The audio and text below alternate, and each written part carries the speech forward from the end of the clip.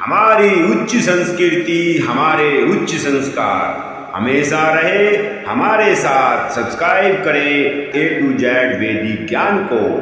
सनातन संस्कृति के महान पवित्र ग्रंथों को लेकर आ रहे हैं हम, जिन्हें आप सुन भी सकते हैं हिंदी में और पढ़ भी सकते हैं हिंदी में।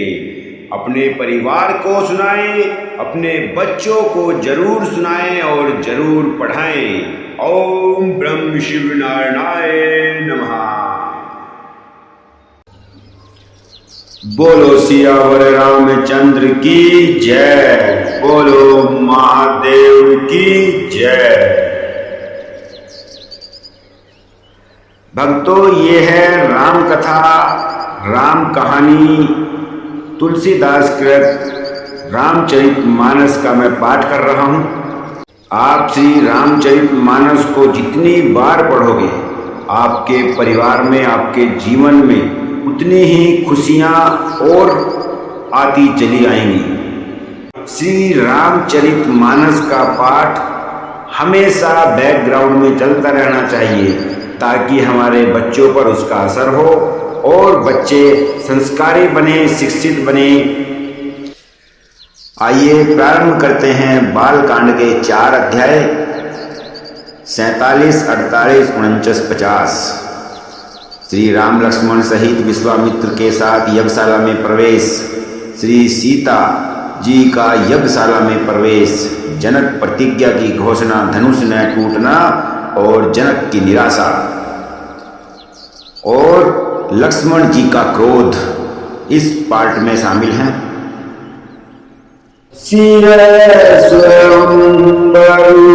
देखिए ईसु कही धो दे बड़ाई, लगन कहाँ जस भाजन सोई, नाथ कृपा तब जा पर होई। अर्थात चलकर सीता जी के स्वयंवर को देखना चाहिए। देखें ईश्वर किसको बढ़ाई देता है। लक्ष्मण जी ने कहा, हे नाथ, जिस पर आपकी कृपा होगी वही बड़ाई का पात्र होगा।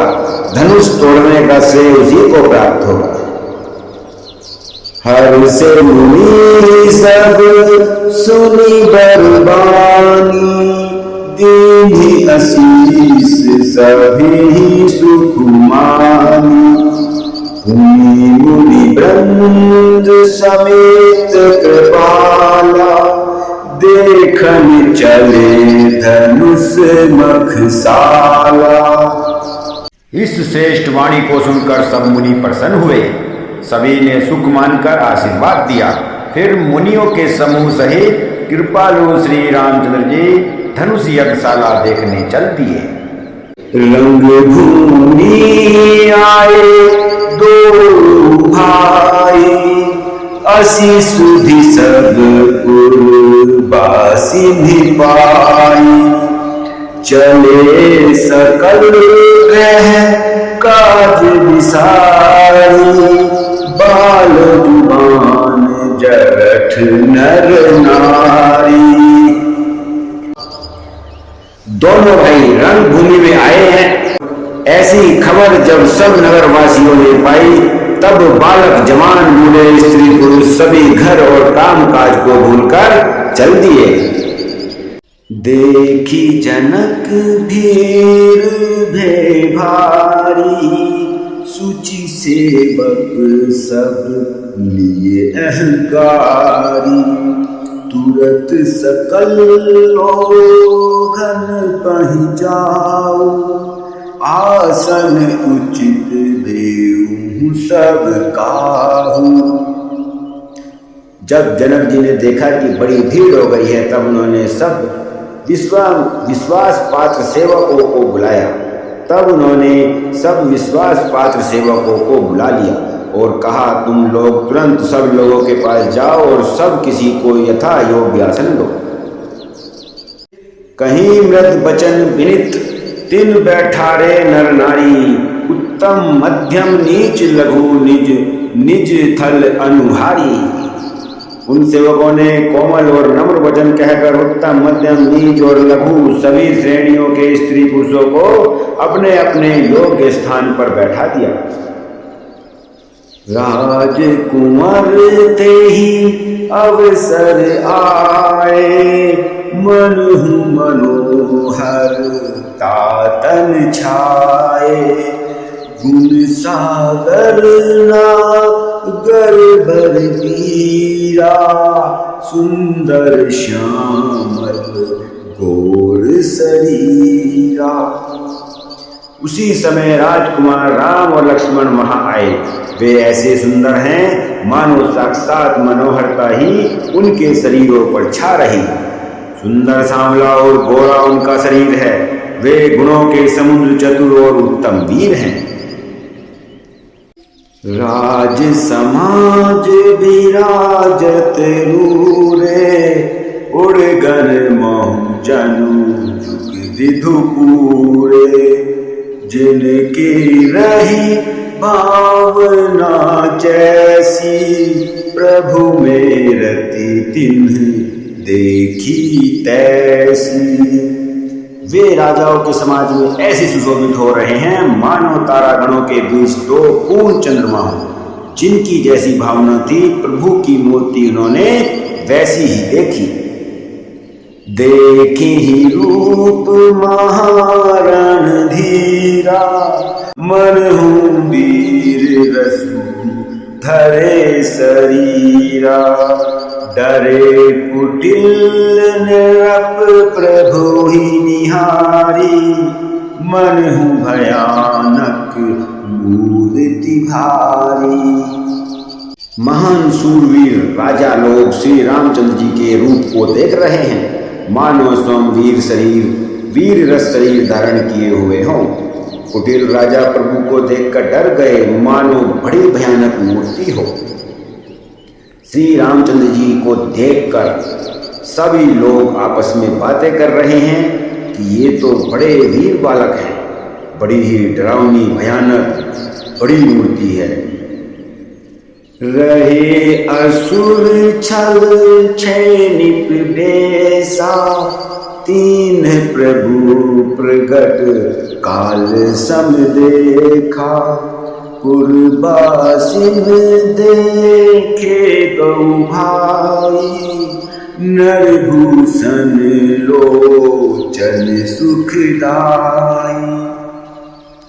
छल से जो राक्षस महाराजाओं के वेश में बैठे थे, उन्होंने प्रभु को प्रत्यक्ष काल के समान देखकर नगर निवासियों ने दोनों भाइयों को मनुष्य के भूषण रूप और नेत्रों को सुख देने वाला देखा। नारी विलो कहीं हर्षी है, निज निज रुचि अनुरूप। जनु सोहत सिंगार धरी, मूर्ति परम अनूप। स्त्रियां हृदय में हर्षित होकर अपनी अपनी रुचि के अनुसार उन्हें देख रही हैं, मानो श्रृंगार रस की ही परम अनुपम मूर्ति धारण किए सुशोभित हो रहे हैं।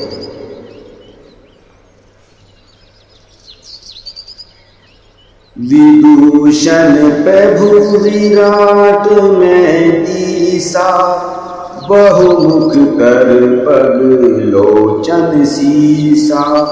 जनक जाति अवलोकी कैसे, सजन सगे प्रिय लागी जैसे। विद्वानों को प्रभु विराट रूप में दिखाई दिए, जिसके बहुत से मुंह, हाथ, पैर, नेत्र और सिर हैं। जनक जी के सजातीय कुटुंबी प्रभु को किस तरह कैसे प्रिय रूप में देख रहे हैं, जैसे सगे सज्जन संबंधी प्रिय लगते हो। सहित विदेही बिलो कही रानी, शिशु सम प्रीति न जात बखानी। जोगिन परम तत्व में भाषा, सात सूत सम सहज प्रकाशा। जनक समेत रानियां उन्हें अपने बच्चों के समान देख रही हैं। उनकी प्रीति का वर्णन नहीं किया जा सकता है। योगियों को वे शांत, शुद्ध, सम और स्वतः प्रकाश परम तत्व के रूप में दिखाई दे रहे हैं। हरि भगतन देखे दो भ्राता, इष्ट देव ये सब सुखदाता। राम ही चितव भाई जय सिया, सो स्नेह सुख नहीं कथनिया। हरि भक्तों ने दोनों भाइयों को सब सुखों से देने वाले इष्ट देव के समान देखा है। सीता जी जिस भाव से श्री रामचंद्र जी को देख रही हैं, वह स्नेह और सुख तो कहने में नहीं आता है। उर अनुभव तिने कहीं सकी सो, कवन प्रकार कहे कभू को। एहि विधि रहा जाहि जस भाऊ, तेहि तस देखेऊ कौशल राऊ। उस स्नेह और सुख का वे हृदय में अनुभव कर रही हैं, पर वे भी उसे कह नहीं सकती। फिर कोई कवि उसे किस प्रकार कह सकता है? इस प्रकार इस पर जिसका जैसा भाव था, उसने कौशलाधीश श्री रामचंद्र जी को वैसा ही देखा। राजत राज समाज महु, कौशल राज किशोर, सुंदर श्यामल घोर तन, विश्व विलोचन चोर। सुंदर सांवले और गोरे शरीर वाले तथा विश्व भर के नेत्रों को चुराने वाले कौशलाधीश के कुमार राज समाज में ऐसे सुशोभित हो रहे हैं।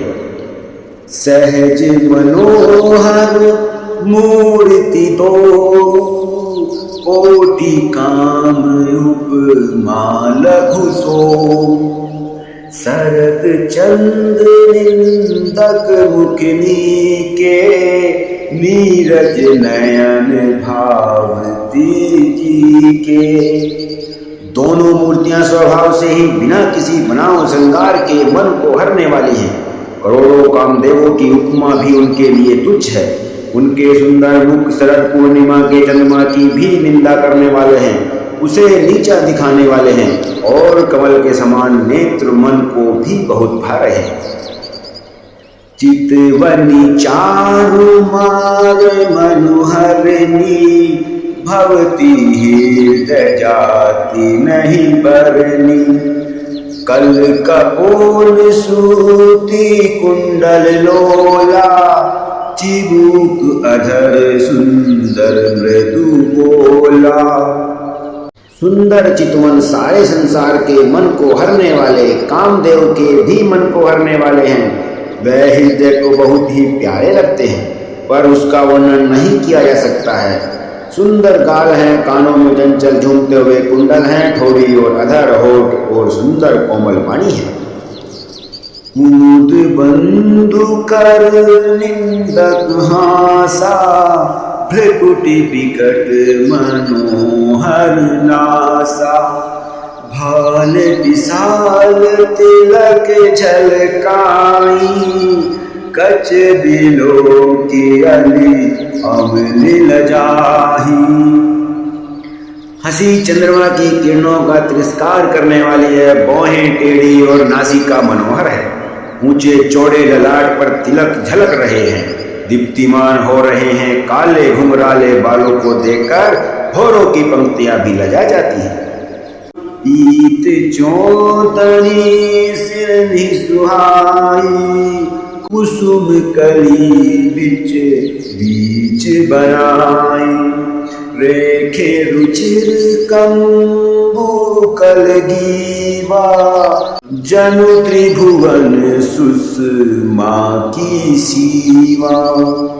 पीली चौकोनी टोपियां सिरों पर सुशोभित हैं, जिनके बीच बीच में फूलों की कलियां बनाई कढ़ी हुई हैं। शंख के समान सुंदर गोल गले में मनोहर तीन रेखाएं हैं, जो मानो तीनों लोगों की सुंदरता की सीमा हो। कुंजर मणि कंठा कलित, उरहिन तुलसी का माल।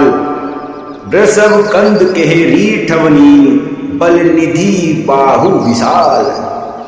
हृदयों पर राजमुक्ताओं के सुंदर कंठे और तुलसी की मालाएं सुशोभित हैं। उनके कंधे पर बैलों के कंधे की तरह ऊंचे तथा पुष्ट हैं। एंड खड़े होने की शान सिंह की सी है। और भुजाएं विशाल एवं बल की भंडार है। कटी तुनीर पीत पट बांधे, कर सर धनुष बाण पर कांधे। पीत यज्ञ उपबीत सुहाए, नख सिख मंजू महाछवि छाए। कमर में तरकस और पीतांबर बने हैं, दाहिने हाथ में बाण और बाएं सुंदर कंधे पर धनुष तथा पीले यज्ञोपवीत जनेऊ सुशोभित हैं। नख से लेकर शिखा तक सब अंग सुंदर हैं, उन पर महान शोभा छाई हुई। बोलो सियावर रामचंद्र की जय। देखी लोग सब भय सुखारे, एक टक लोचन चलत न तारे। हर से जनक देखी दो भाई, मुनि पद कमल गाए तब जाई। उन्हें देखकर सब लोग सुखी हुए। नेत्र एक टक निमेष शून्य हैं और तारे पुतलियां भी नहीं चलते। जानकी जनक जी दोनों भाइयों को देखकर हर्षित हो रहे हैं। तब उन्होंने जाकर मुनि के पास चरण कमल पकड़ लिए। करी विनती निज कथा सुनाई, रंग अवनी सब मुनि दिखाई।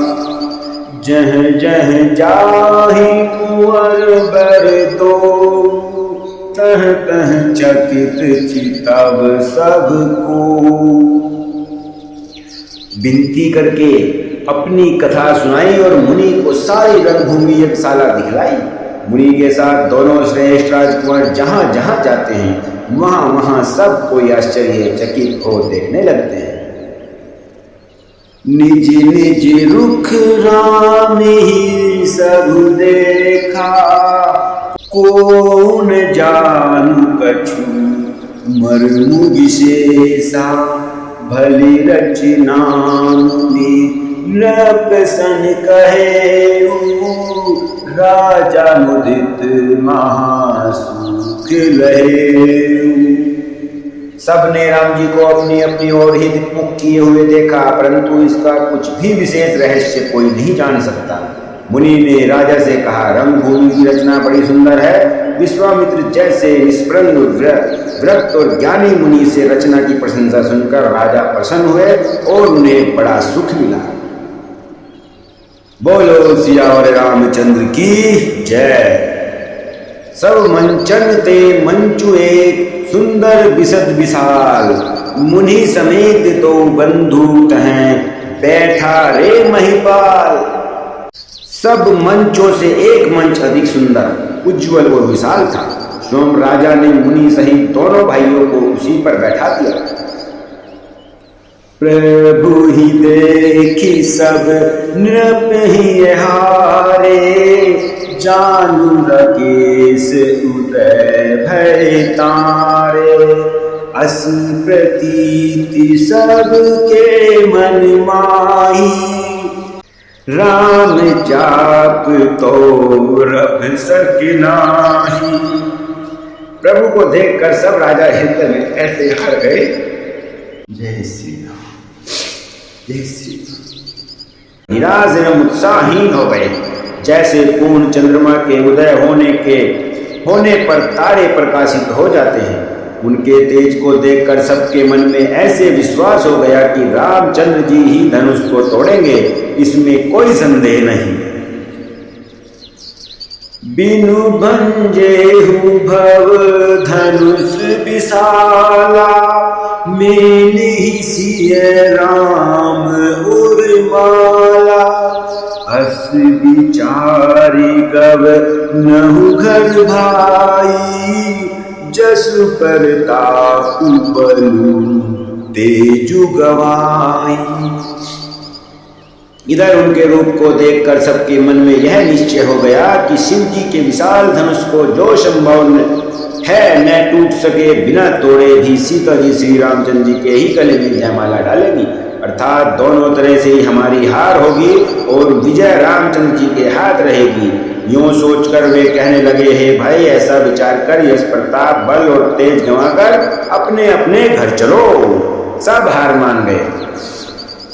यही होता है भक्तों, यही होता है जब जिसकी भक्ति अपरंपार हो, जो अपने निश्चय कर्म पर चलता रहे, जो अपनों के गुरु के अपने माता पिता के प्रति जिसका स्नेह दृढ़ हो, इतना महान हो, तो उसके अंदर तो शक्ति ताकत आ ही जाएगी और वो तो ठहरे श्री राम। उनकी कृपा तो सब पर बनी रहती है, उनकी महिमा तो सिर्फ वही जान सकते हैं। बिहि से आप भूप सुनि बानी, जे अभिदेक अंध अभिमानी, तोरे हु धनुष बियाहू अवगाहा, बिनु तोरे को कुमारी बिहाहा। दूसरे राजा जो एक से अंधे हो रहे थे और अभिमानी थे, यह बात सुनकर बहुत हंसे। उन्होंने कहा, धनुष तोड़ने पर भी विवाह होना कठिन है, अर्थात सहज ही में हम जानकी को हाथ से जाने नहीं देंगे, फिर बिना तोड़े तो राजकुमारी को ब्याह ही कौन कर सकता है। एक बार कालऊ किन हो, सियहित समर तब हम सो, यह सुनी अवर महीप मुस्काने, धर्मशील हरि भगत सयाने। काल ही क्यों न हो, एक बार तो सीता के लिए उसे भी हम युद्ध में जीत लेंगे। यह घमंड की बात सुनकर दूसरे राजा जो धर्मात्मा हरि भक्त और सयाने थे, वो बहुत मुस्कुराए। बोलो सियावर रामचंद्र की जय। सिए बियाह भी नाम गर्भ, दूरी करी निरपन के, जीती कौशक संग्राम, दशरथ के रण बागुन रे। उन्होंने कहा, राजाओं के गर्व दूर करके जो धनुष किसी से नहीं टूट सकेगा, उसे तोड़कर श्री रामचंद्र जी सीता को बिहाएंगे। रही युद्ध की बात, सो महाराज दशरथ के रण में बाकी पुत्रों को युद्ध में तो जीत ही कौन सकता है। व्यर्थ मरु जनी काल बजाई, मन मोदक हिन की भूख बुताई, सिख हमारी सुनी परम पुनीता, जगदम्बा जानहूं जिये सीता। गाल बजाकर व्यर्थी मत करो, लड्डुओं से भी कहाँ भूख बुझती है। हमारी परम पवित्र निष्कपट सीख को सुनकर सीता जी को अपने जी में साक्षात जगत जननी समझो। उन्हें पत्नी रूप में पाने की आशा एवं लालसा छोड़ दो। जगत पिता रघुपति ही बिचारी, भरी लोचन छवि लेहु निहारी, सुंदर सुखद सकल गुण राशि, ए दो बंधु शंभुर भासी। और श्री रघुनाथ जी को जगत का पिता परमेश्वर विचार कर नेत्र भरकर उनकी छवि देख लो, ऐसा अवसर बार बार नहीं मिलेगा। सुंदर सुख देने वाले और समस्त गुणों की राशि, ये दोनों भाई शिव जी के हृदय में बसने वाले हैं। स्वयं शिव जी भी जिन्हें सदा हृदय में छिपाए रखते हैं, वे तुम्हारे नेत्रों के सामने आ गए हैं। देख लो जी भर के, नहीं तो फिर कभी नहीं मिलेंगे। सुधा समुद्र समीप बिहाई, मृग जलु निरखी मरहु कत धाई, करहु जाई ज्वा कहूँ जाई भावा, हम तो आजु जन्म फल पावा।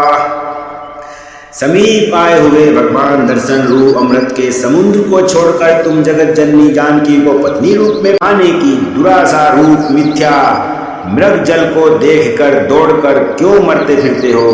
फिर भाई जिसको जो अच्छा लगे वही जाकर करो। हमने तो श्री रामचंद्र जी के दर्शन करके अपना जीवन सफल कर लिया है। बोलो सियावर रामचंद्र की जय। असी कहीं भले भूप अनुरागे, रूप अनूप विलोकन लागे। देखे ही सुर नभ चढ़े विमाना, बरसी सुमन करहि कलदाना। ऐसा कहकर अच्छे राजा प्रेम मगन होकर श्री राम जी का अनुपम रूप देखने लगे। मनुष्यों की तो बात ही क्या, देवता लोग भी आकाश से विमानों पर चढ़े हुए दर्शन कर रहे हैं और सुंदर गान करते हुए फूल बरसा रहे हैं। जानी सुअवसरु सिय तब पठई जनक बोलाई, चतुर सखी सुंदर सकल सादर चली लवाई। तब सुअवसर जानकर जनक जी ने सीता जी को बुलावा भेजा। सब चतुर और सुंदर सखियां आदर पूर्वक उन्हें यज्ञशाला में लिवा लाई। सिय शोभा नहीं जाई बखानी, जगदम्बिका रूप गुण खानी। उपमा सकल मोहि लघु लागी, प्राकृत नारी अंग अनुरागी। रूप और गुणों की खान जगत जननी जानकी जी की शोभा का वर्णन नहीं हो सकता। उनके लिए मुझे काव्य की सब उपमाएं तुच्छ लगती हैं, क्योंकि वे लौकिक स्त्रियों के अंगों से अनुराग रखने वाली हैं, अर्थात वे जगत की स्त्रियों के अंगों को दी जाती हैं। काव्य की उपमाएं सब त्रिगुणात्मक मायिक जगत से ली गई हैं। उन्हें भगवान की स्वरूप शक्ति श्री जानकी जी के अप्राकृत चिन्ह में अंगों के लिए प्रयुक्त करना, उनका अपमान करना और अपने को उपहासास्पद बनाना है। सिय बरनीय तेई उपमा देई, कुक भी कहाई आज सुकोले। जो पट तरियती सब सिया, जग आसी जुगती कहाँ कमनिया। सीता जी के वर्णन में उन्हें उपमाओं को देखकर कौन कुकवी कहलाए और अपयश का भागी बने, अर्थात सीता जी के लिए उन उपमाओं का प्रयोग करना सुकवी के पद से च्युत होना है और अपकीर्ति मोल लेना है। कोई भी सुकवी ऐसी नादानी एवं अनुचित कार्य नहीं करेगा। यदि किसी स्त्री के साथ सीता जी की तुलना की जाए तो जगत में ऐसे सुंदर युवती हैं ही कहाँ हैं जिसकी उपमा उन्हें दी जाए। गिरा मुखर तन अरद भवानी, रति अति दुखित अतुपति जानी। दिस बारुणी बंधु प्रिय जेहि, कहिए रमा सम किमी बेरेहि। पृथ्वी की स्त्रियों की तो बात ही क्या, देवताओं की स्त्रियों को भी यदि देखा जाए तो हमारे अपेक्षा कहीं अधिक दिव्य और सुंदर हैं। तो उनमें सरस्वती तो बहुत बोलने वाली हैं, पार्वती अर्धांगिनी हैं, अर्थात अर्धनारी नारी नटेश्वर के रूप में उनका आधा ही अंग स्त्री का है, शेष आधा अंग पुरुष यानी शिव जी का है। कामदेव की स्त्री रति पति को बिना शरीर का आनंद जानकर बहुत दुखी रहती है और जिनके विष और मद जैसे समुद्र से उत्पन्न होने के नाते प्रिय भाई हैं। उन लक्ष्मी के समान तो जानकी जी को कहाँ कैसे की बताया जाए। जो छवि सुधा पयो निधि होई, परम रूप में कच्छपु सोई।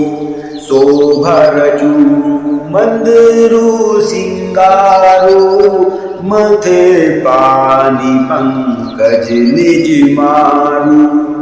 जिन लक्ष्मी जी की बात ऊपर कही गई है वे निकली थी खारे समुद्र से, जिसको मतने के लिए भगवान ने अति कर्कश पीठ वाले कच्छप का रूप धारण किया। रस्सी बनाई गई, महान विषधर वासुकी नाग की मथानी का कार्य किया अतिशय कठोर मंदराचल पर्वत ने, और उसे मथा सारे देवता और दैत्यों ने मिलकर। जिन लक्ष्मी को अतिशय शोभा की खान और अनुपम सुंदरी कहते हैं, उनको प्रकट करने में हेतु बने ये सब असुमन सुंदर एवं स्वाभाविक ही कठोर उपकरण है। ऐसे उपकरणों से प्रकट हुई लक्ष्मी श्री जानकी जी की समता को कैसे पा सकती हैं? हाँ, इसके विपरीत यदि छवि रूप अमृत का समुद्र हो, परम रूप में कच्छप हो, शोभा रूप रस्सी हो, श्रृंगार रस पर्वत हो, और उस छवि के समुद्र को स्वयं कामदेव अपने ही कर कमलों से मथे, जब तो हम उपमा देंगे तब उपमा दी जा सकती है। एही विधि उपजे लच्छी, जब सुंदरता सुख मूल, तदपि सकोच समेत कवि, कहें ही सिय समतूल। इस प्रकार का संयोग होने से जब सुंदरता और सुख की मूल लक्ष्मी उत्पन्न हो तो भी कवि लोग उसे बहुत संकोच के साथ श्री सीता जी के समान कहेंगे। जिस सुंदरता के समुद्र को कामदेव मथेंगे वह सुंदरता भी प्राकृत लौकिक सुंदरता ही होगी, क्योंकि कामदेव स्वयं भी त्रिगुणमय प्रकृति का ही विकार है। अतः उस सुंदरता को मत कर प्रकट की हुई लक्ष्मी भी उपयुक्त लक्ष्मी की अपेक्षा कहीं अधिक सुंदर और दिव्य होने पर भी होगी प्राकृति ही। अतः उसके साथ भी जानकी जी की तुलना करना कवि के लिए बड़ा संकोच की बात है। जिस सुंदरता से जानकी जी का दिव्याति दिव्य परम दिव्य विग्रह बना है, वह सुंदरता उपयुक्त सुंदरता से भिन्न अप्राकृत है। वस्तुतः लक्ष्मी जी का अप्राकृत रूप भी यही है, वह कामदेव के मतने में नहीं आ सकती और वह जानकी जी का स्वरूप ही है, अतः उनसे भिन्न नहीं है और उपमा दी जाती है भिन्न वस्तु के साथ। इसके अतिरिक्त जानकी जी प्रकट हुई हैं स्वयं अपनी महिमा से, उन्हें प्रकट करने के लिए किसी भिन्न उपकरण की अपेक्षा नहीं हुई है। स्वयं अपनी महिमा से उन्हें प्रकट करने के लिए किसी भिन्न उपकरण की अपेक्षा नहीं है, अर्थात शक्तिमान से अभिन्न देव तत्व है, अतएव अनुपमेय है। यही गूढ़ दार्शनिक तत्व भक्त शिरोमणि कवि ने इस अभूतोपमलंकार के द्वारा बड़ी सुंदरता से व्यक्त किया है। चली संग ले सखी सयानी, गावत गीत मनोहर बानी, सोनवल तन सुंदर सारी, जगत जननी अतुलित छवि भारी। श्यानी सखियां सीता जी को साथ लेकर मनोहर वाणी से गीत गाती हुई चली आई है। सीता जी के नवल शरीर पर सुंदर साड़ी सुशोभित है, जगत जननी की महान छवि अतुलनीय है। भूषण सकल सुदेश सुहाए, अंग अंग रचि सखिन बनाए, रंग भूमि जब सिय पग धारी, देखी रूप मोहे नर नारी। सब आभूषण अपनी अपनी जगह पर सुशोभित हैं, जिन्हें सखियों ने अंग अंग पर भली भांति सजाकर पहनाया है। जब सीता जी ने रंगभूमि में पैर रखा तब उनका दिव्य रूप देखकर स्त्री पुरुष सभी मोहित हो गए। हर्षि सिरहन दुंदुभि बजाई, बरसि प्रसून अप्सरा गाई, पानी सरोज सोहो जयमाला, अवचट चितई सकल गुहाला। देवताओं ने हर्षित होकर नगाड़े बजाए, पुष्प बरसाकर अप्सराएं गाने लगी। सीता जी के कर कमलों में जयमाला सुशोभित है।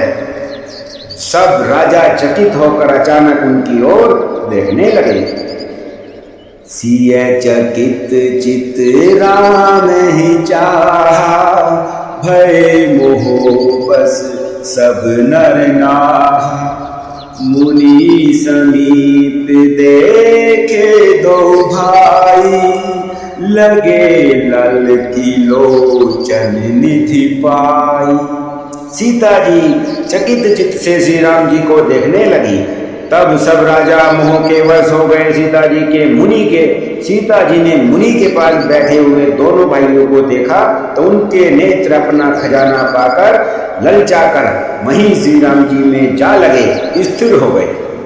बोलो सियावर रामचंद्र की जय। गुरुजन लाल समाजू बड़, देखी सिय सकुचानी। लागी बिलोकन सीखन तन, रघु भी रही उड़ानी। परंतु गुरुजनों की लाज से तथा बहुत बड़े समाज को देखकर सीता जी सकुचा गई। वे श्री रामचंद्र जी को हृदय में लाकर सखियों की ओर देखने लगी। राम रूप अरुषिय छवि देखे, नर नारिन्य परी हरिनि में से। सोचहि सकल कहते सकुचाही, विधि सनि विनय करहि मन माही। श्री रामचंद्र जी का रूप और सीता जी की छवि देखकर स्त्री पुरुषों ने पलक मारना छोड़ दिया। सब एकटक उन्हीं को देखने लगे। सभी अपने मन में सोचते हैं पर कहते सकुचाते हैं, कुछ कहते नहीं बनता। मन ही मन में विधाता से विनय करते हैं। हरु विधि बेगी जनक जड़ताई, मति हमारे असीले सुहाई। बिनु विचार पनु तजि नर नाहु, सिय राम कर करे विभाहु। अर्थात हे विधाता, जनक की मूर्ता को शीघ्र हर लीजिए और हमारी ही ऐसी सुंदर बुद्धि उन्हें दीजिए कि जिससे बिना ही विचार किए राजा अपना प्रण छोड़कर सीता जी का विवाह राम जी से कर दे। जगु भल कही भाव सब काहू, हट कीने अंतहु उर्दाहु। एहि लाल समगन सब लोगु, बरु सांवरो जान की जो। संसार उन्हें भला कहेगा क्योंकि यह बात सब किसी को अच्छी लगती है। हट करने में अंत में भी हृदय जलेगा। सब लोग इसी लालसा में मग्न हो रहे हैं कि जानकी जी के योग्य वर तो यह सांवला ही है। तब बंदी जन जन के बुलाए, बिरिदावली कहत चली आए। कहन पुजाई कहु पद मोरा, चले भाटे हर्षुन थोड़ा। तब राजा जनक ने बंदी जनों भाटों को बुलाया। वे वृंदावली वंश की कीर्ति गाते हुए चले आए। राजा ने कहा, जाकर मेरा प्रण सबसे कहो। भाट चले, उनके हृदय में कम आनंद नहीं था। बोलो सियावर रामचंद्र की जय। बोले बंदी बचन पर, सुनहु सकल महिपाल। पन विधेह कर कहीं हम, भुजा उठाई विशाल। भाटों ने श्रेष्ठ वचन कहा, हे पृथ्वी का पालना करने वालों सब राजागण सुनिए। हम अपनी भुजा उठाकर जनक जी का विशाल प्रण कहते हैं। नृप भुज बलु विधु शिव धनु राहो, गरुड़ कठोर विदित सब काहू। रावण बानु महाभट धारे, देखी सरासन गमहि सिधारे। राजाओं की भुजाओं का बल चंद्रमा है, शिव जी का धनुष राहु है, वह भारी है, कठोर है, यह सबको विदित है। बड़े भारी योद्धा रावण और बाणासुर भी इस धनुष को देखकर गोसे यानी चुपके से चलते बने थे। उसे उठाना तो दूर रहा, छूने की भी हिम्मत न हुई थी। सोई पुरारी कोंदु कठोरा, राज समाज आजू जोई तोरा, त्रिभुवन जय समेत विदेही, बिन ही विचार बरही हटते ही। उसी शिव जी के कठोर धनुष को आज इस राजमहल में जो भी तोड़ेगा, तीनों लोगों की विजय के साथ ही उसको जानकी जी बिना किसी विचार के हठ पूर्वक हरण करेंगी। सुनीपन सकल भूप अभिनाशी, भट मानी अतिशय मन माखे, परिकर बांधी उठे अकुलाई, चले इष्ट देवन सिर निवाई। प्रण सुनकर सब राजा ललचा उठे, दो वीरता के अभिमानी थे वे मन में बहुत ही तमतमाए कमर कसकर बुलाकर उठे और अपने इष्ट देव को सिर नवाकर चले। तम की तकी शिव धनु धरही, उठई न कोटि भांतु बल करही, जिनके कछु विचार मन माई, चाप समीप महीप न जाहि। वे दमकर बड़े दाव से शिव जी के धनुष की ओर देखते हैं और फिर निगाहें जमाकर उसे पकड़ते हैं। करोड़ों भांति से जोर लगाते हैं पर वह उठता ही नहीं। जिन राजाओं के मन में कुछ विवेक है वे धनुष के पास ही नहीं जाते हैं। तम की धरणी धनु मूड निरख, उठई न चलहि लजाई, मनहु पाई भट बाहु बलु, अधिकु कर आई। वे मूर्ख राजा तम तमाकर किटकिटाकर धनुष को पकड़ते हैं, परंतु जब नहीं उठता तो लजाकर चले जाते हैं। मानो वीरों की भुजाओं का बल पाकर धनुष अधिक और अधिक बलशाली हो रहा है। भूप सहस 10 एक ही बारा, लगे उठावन टरई न टारा, डगई न शंभु सरासनु कैसे, कामी बचन सती मनु जैसे। तब 10,000 राजा एक ही बार धनुष को उठाने लगे, तो भी वह उनके डाले नहीं डरता। शिव जी का वह धनुष कैसे नहीं दिखता था, जैसे कामी पुरुष के वचनों से सती का मन कभी चलायमान नहीं होता है। 10,000 राजाओं का जो यहाँ पर व्याख्यान किया गया है भक्तों, उसका मतलब ये नहीं कि 10,000 राजाओं ने उसको हाथ से पकड़कर उठाने की कोशिश की। इसमें यह कहा गया है कि 10,000 जो राजा थे उन्होंने एक साथ ये प्रण लिया कि हम इसको उठाएंगे, लेकिन वो कोई उठा नहीं पाए थे। इसलिए यहाँ पर थोड़ा भ्रम की भांति ना रहे। 10,000 राजाओं के मानसिक बल से उठाने की इसको कोशिश की गई थी। सब नप भाई जो उपहासी, जैसे बिनु विराग सन्यासी, कीर्ति विजय वीरता भारी, चले चाप तलवर बसहारी। सब राजा उपहास के योग्य हो गए, जैसे वैराग्य के बिना सन्यासी उपहास के योग्य हो जाता है। कीर्ति बड़ी वीरता इन सबको वे धनुष के हाथों पर बसहार कर चले गए।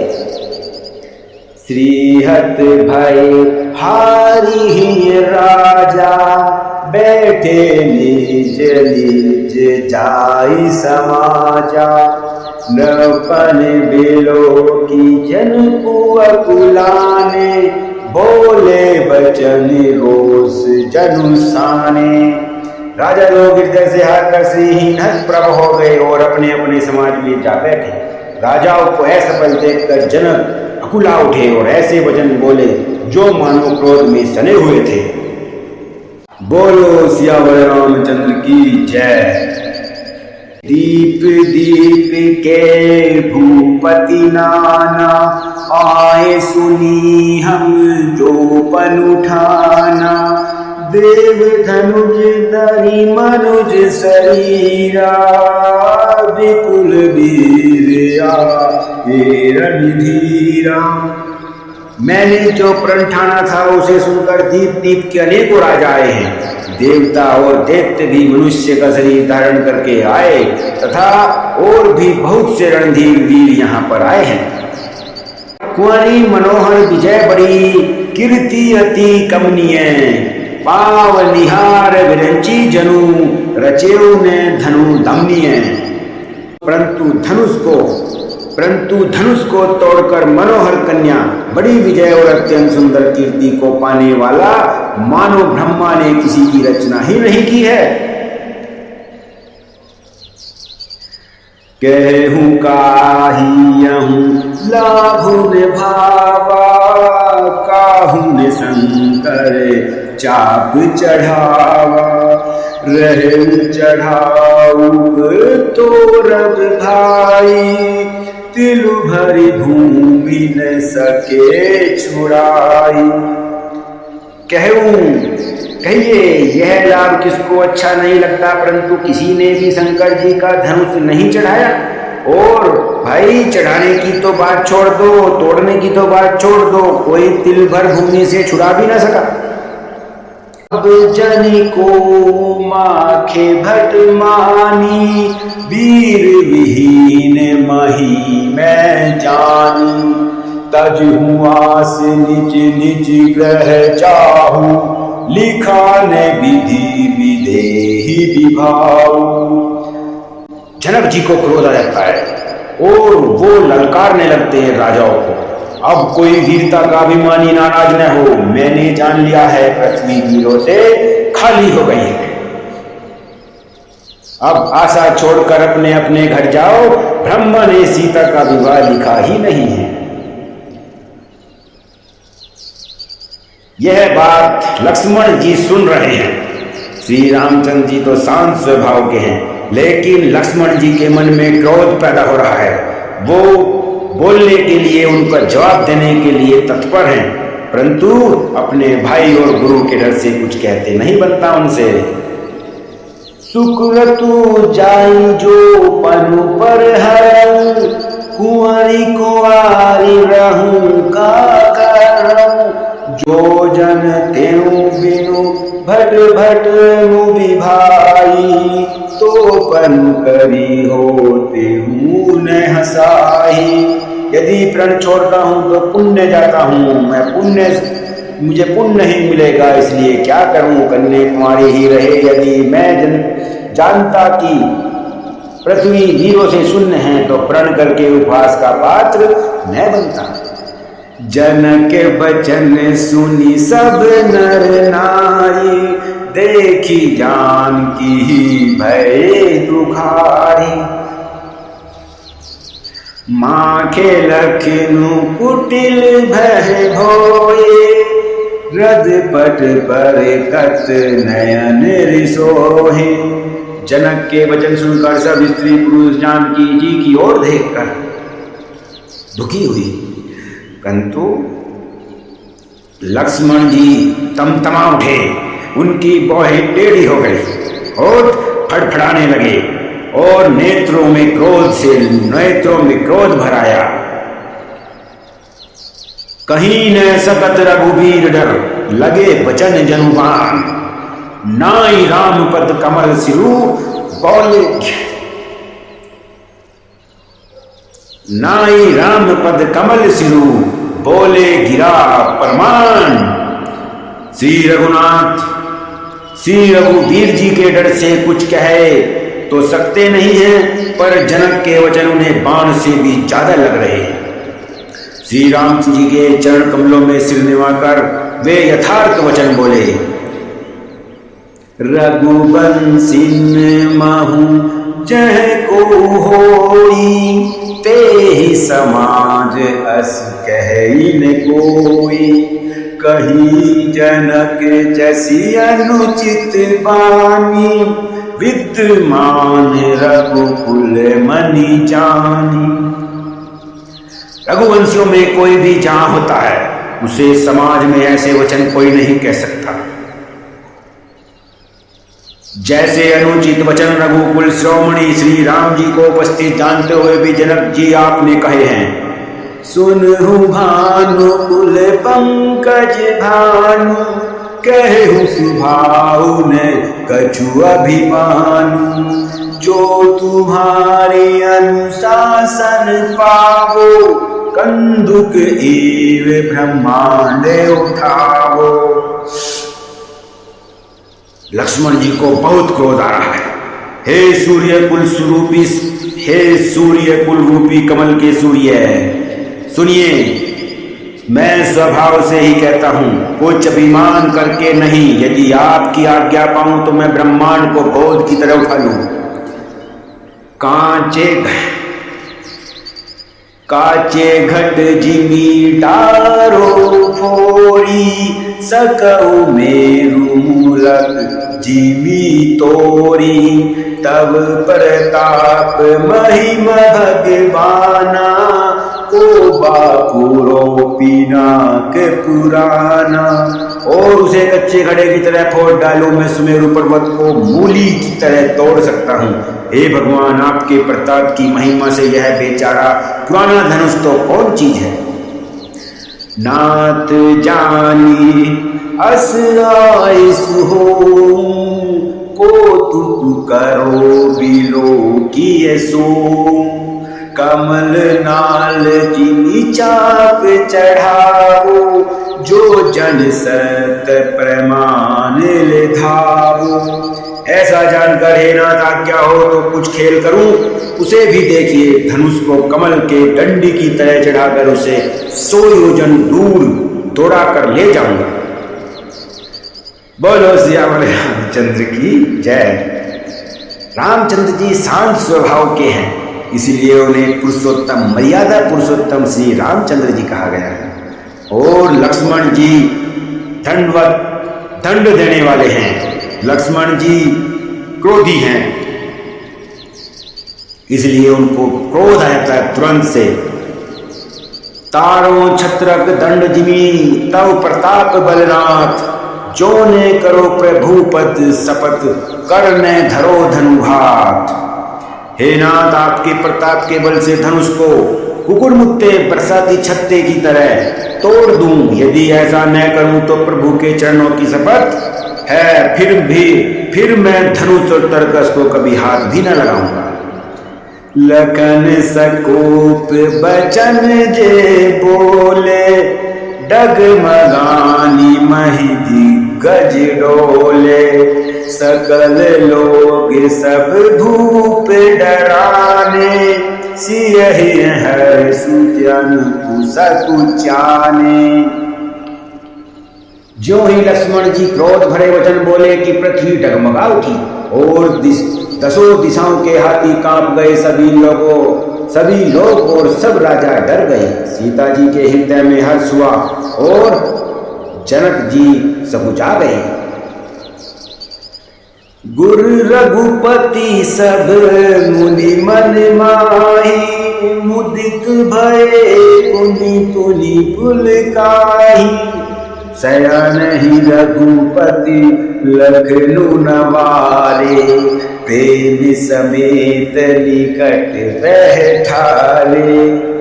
गुरु विश्वामित्र जी श्री रघुनाथ जी की श्री रघुनाथ जी और सब मुनि मन में प्रसन्न हुए और बार बार पुलकित होने लगे। श्री रामचंद्र जी ने इशारे से लक्ष्मण जी को मना किया और प्रेम सहित अपने पास बैठा लिया।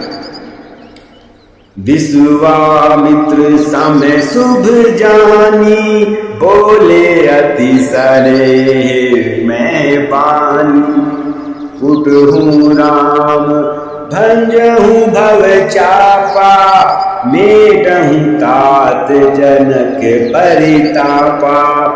विश्वामित्र जी शुभ समय जानकर अत्यंत प्रेम भरी वाणी से बोले, हे राम उठो, शिव जी का धनुष तोड़ो और हे तात जनक का संताप मिटाओ।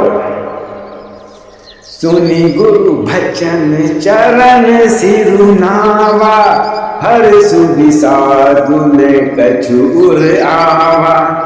ठाड़े भये उठी सहज सुभाए, ठवड़ी जुबा मृग राजू लचाए। गुरु के वचन सुनकर श्री राम जी ने चरणों में सिर निवाया।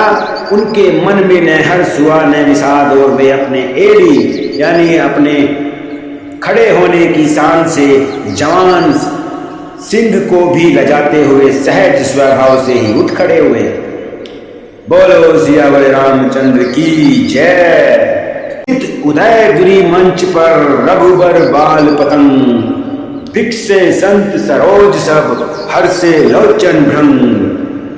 मंच रूपी उदयाचल पर रघुनाथ जी रूपी बाल सूर्य के उदय होते ही सब संत रूपी कमल खिल उठे और नेत्र रूपी भौरे हर्षित हो गए। आकाश में नगाड़े बजने लगे, धुंधुनियां बजने लगी, आकाश से फूलों की वर्षा होने लगी। नृपन कैरी आशा निसी नासी, बचन नखत अवलीन प्रकाशी। मानी बहीप कुमुद सकुचाने, कपटी भूप उलूक लुकाने। राजाओं की आशा रूपी रात्रि नष्ट हो गई। उनके वचन रूपी तारों के समूह का चमकना बंद हो गया। वे मौन हो गए। अभिमानी राजा रूपी कुमुद सकुचित हो गए और कपटी राजा रूपी उल्लू छिप गए। भय विशोक कोक मुनि देवा, बिरहि सिहि सुमन जना वही सेवा। गुरुपद बंदी सहित अनुरागा, राम मुनीन सर आए सुमागा। मुनि और देवता रूपी चकवे शोक रहित हो गए। वे फूल बरसाने लगे, अपनी सेवा प्रकट कर रहे हैं। प्रेम सहित गुरु के चरणों की वंदना करके श्री रामचंद्र जी ने मुनियों से आज्ञा मांगी। सहज ही चले सकल जग स्वामी, मत मंजू बर कुंजर गामी। चलत राम सब पुर नर नारी, पुलक पुरी तन भाए सुखारी। समस्त जगत के स्वामी श्री राम जी मत वाले श्रेष्ठ आदि किसी चाल से स्वाभाविक ही चल किए। श्री रामचंद्र जी ने चलते ही नगर के सब स्त्री पुरुष सुखी हो गए और उनका शरीर रोमांच से भर गया। बंदी पितर सुरु सुकृत संभारे, जो कछु पुण्य प्रभाव हमारे।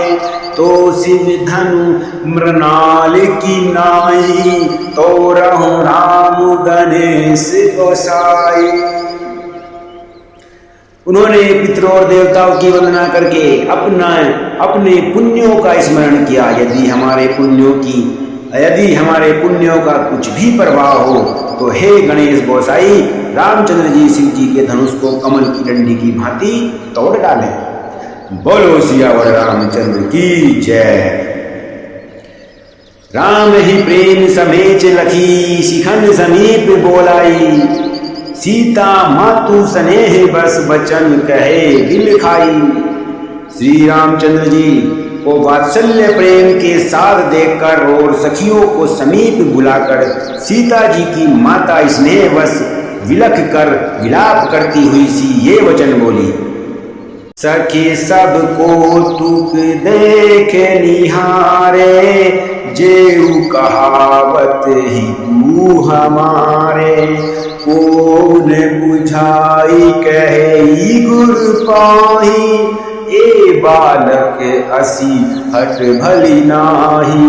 हे सखी, ये जो हमारे हिंदू कहलाते हैं वे भी सब तमाशा देखने वाले हैं। कोई भी इनके गुरु विश्वामित्र जी को कोई समझाकर क्यों नहीं कहता कि ये राम जी बालक है। इनके लिए ऐसा हट अच्छा नहीं है। जो धनुष रावण और बाण जैसे विजय व वीरों के हिलाए न हिल सका, उसे तोड़ने के लिए मुनि विश्वामित्र का राम जी को आज्ञा देना और राम जी का उसे तोड़ने के लिए चल देना रानी को हट जान पड़ा।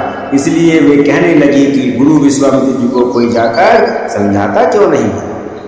रावण बाण छुआ नहीं चापा, हारे सकल भूप करिदापा।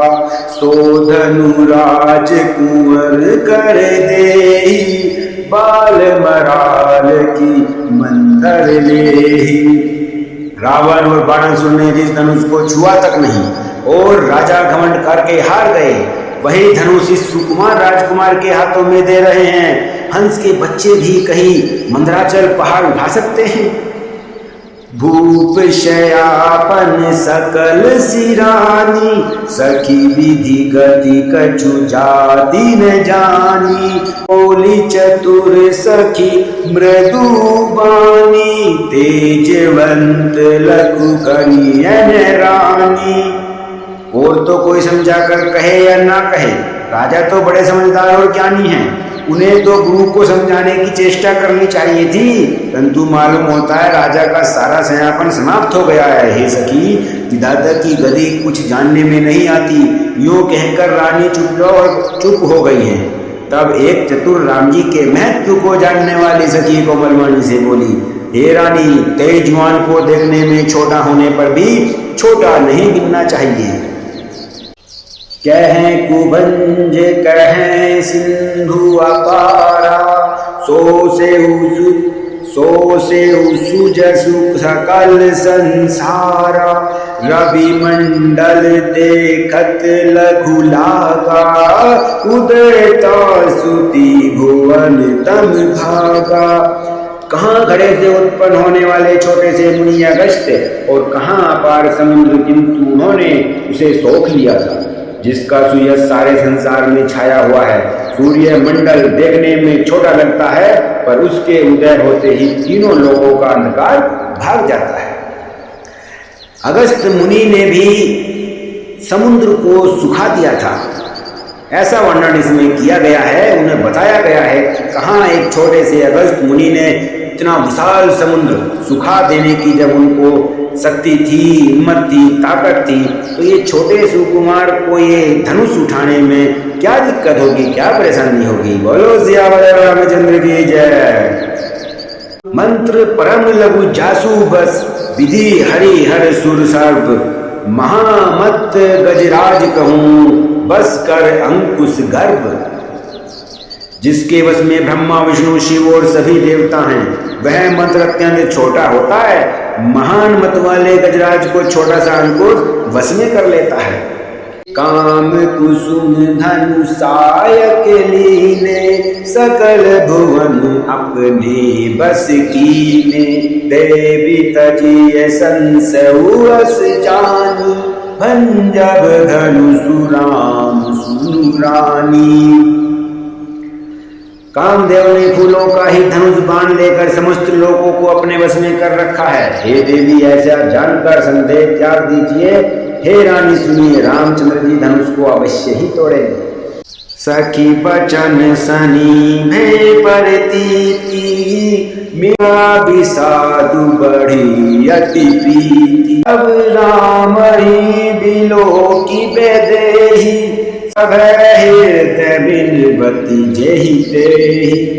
सखी के वचन सुनकर रानी को राम जी के सामर्थ्य के संबंध में विश्वास हो गया।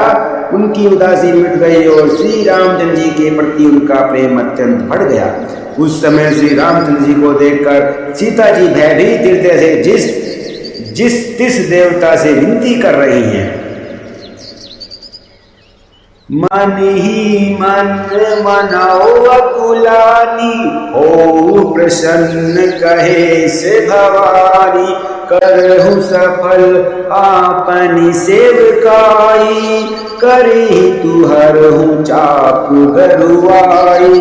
वे व्याकुल होकर मन ही मन मना रही हैं, हे महेश, हे भवानी, मुझ पर प्रसन्न होइए। मैंने आपकी जो सेवा की है उसे सफल कीजिए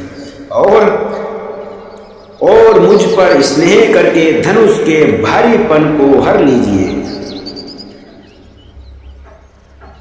माता सीता को ये पता नहीं कि श्री हरि और देवों के देव महादेव तो एक ही हैं। महादेव जी श्री राम जी को जपते हैं और श्री राम जी महादेव जी को जपते हैं। उनसे बढ़कर इस ब्रह्मांड में और कौन हो सकता है। गणनायक बरदायक देवा, आजु लगे कि नहूँ तू सेवा। बार बार बिनती सुनी मोरी, करहूँ चाप गुरुताति थोरी। हे गणों के नायक वर देने वाले देवता गणेश जी, मैंने आज ही के लिए तुम्हारी सेवा की थी। बार बार मेरी विनती सुनकर धनुष का भारीपन बहुत ही कम कर दीजिए। देखी देखी रघुबीर तन, सुरमा नव धरि धीर। भरे बिलोचन प्रेम जल, पुलकावली शरीर। श्री रघुनाथ जी की ओर देख देख कर सीता जी धीरज धरकर देवताओं को मना रही हैं। उनके नेत्रों में प्रेम के आंसू भरे हैं और शरीर में रोमांच हो रहा है। नीके निरखी नयन भरि शोभा, पितु बनु सुमेरी बहुरी मनु छोबा। तात दारुनी हट ठानी, समुझत नहीं कछु लाभु नहानी। अच्छी तरह नेत्र भरकर श्री राम जी की शोभा देखकर फिर पिता के प्रण का स्मरण करके सीता जी का मन क्षुब्ध हो उठा है। वे मन ही मन कहने लगी, आओ पिताजी ने बड़ा ही कठिन हट ठाना है, वे लाभ हानि कुछ भी नहीं समझ रहे हैं। सचिव सभै सिख देन कोई, बुद्ध समाज बड़ अनुचित होई। कह धनु पुलिस चाई कठोरा, कह श्यामल मृदुगात किशोरा। मंत्री डर रहे हैं, इसलिए कोई उन्हें सीख भी नहीं देता। पंडितों की सभा में यह बड़ा अनुचित हो रहा है। कहाँ तो वज्र से भी बढ़कर कठोर धनुष और कहाँ ये कोमल शरीर किशोर श्याम सुंदर। विधि के भांति धरोर धीरा, शिरस सुमन कन भेदियरा। सकल सभा के मति भे भारी, अब मोही सब चाप गति तोड़ी। हे विधाता, मैं हृदय में किस तरह धीरज धरूं। रस के फूल के कण से कहीं हीरा छेदा जाता है, सारी सभा की बुद्धि भोली बावली हो गई है। अतः हे शिव जी के धनुष, अब तो मुझे तुम्हारा ही आसरा है। मतलब ये सारे जो वचन हैं, ये सारे जो बातें हैं, ये माता सीता के अंदर भ्रम की पैदा कर रही हैं कि पता नहीं ये शिव जी के धनुष को हिला पाएंगे कि नहीं, मेरा क्या होगा। पिताजी तो ऐसा कठोर हट कर बैठे हैं कि उसको तोड़ भी नहीं सकती हूँ, और श्री राम के बिना किसी को वर भी नहीं सकती।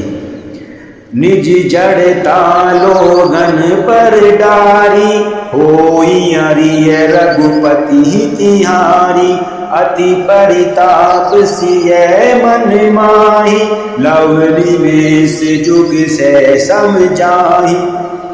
अर्थात तुम अपनी जड़ता लोगों पर डालकर श्री रघुनाथ जी के सुकुमार शरीर को देखकर उतने ही हल्के हो जाओ। इस प्रकार सीता जी के मन में बड़ा ही संताप हो रहा है। निमेष का एक लव अंश भी 100 युगों के समान बीत रहा है। प्रभु ही चितई पुनी चिताओ, मही राजत लोचन लोल। केलत मन सिज मीन जुग, जनु विधु मंडल डोल। प्रभु श्री रामचंद्र जी को देखकर फिर पृथ्वी की ओर देखती हुई सीता जी के चंचल नेत्र इस प्रकार शोभित हो रहे हैं, मानो चंद्रमा मंडल रूपी डोल में कामदेव की 2 मछलियां खेल रही हैं। कीरा अलीनी मुख पंकज रोकी, प्रगट लाज निसावलोकी।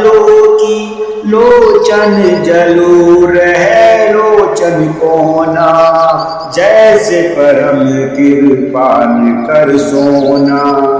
जैसे परम कृपन कर सोना। सीता जी की वाणी रूपी भ्रमरी को उनके मुख रूपी कमल ने रोक रखा है। लाज रूपी रात्रि को देखकर वह प्रकट नहीं हो रही हैं। नेत्रों का जल नेत्रों के कोने में भी रह जाता है, जैसे बड़े भारी कंजूस का सोना कोने में गड़ा रह जाता है। बाल कांड का 18वां पार्ट यहीं पर समाप्त होता है। 4 भाग इसमें शामिल थे, 4 अध्याय। अब धनुष भंग होना ये हम अगले वीडियो में लेकर आएंगे, और सीता माता कैसे भ्रम के वश में हो रही हैं। श्री रामचरित से श्री राम जी से धनुष न टूटने की आशा, भ्रम उनको लग रहा है, हो रहा है, और वो सभी देवताओं से कैसे पूजन कर रही हैं, उनसे प्रार्थना कर रही हैं। अगले भाग में ये आएगा जयमाला पहनाना, परशुराम का आगमन होना, और श्री लक्ष्मण और परशुराम संवाद। तब तक के लिए सियावर रामचंद्र की जय।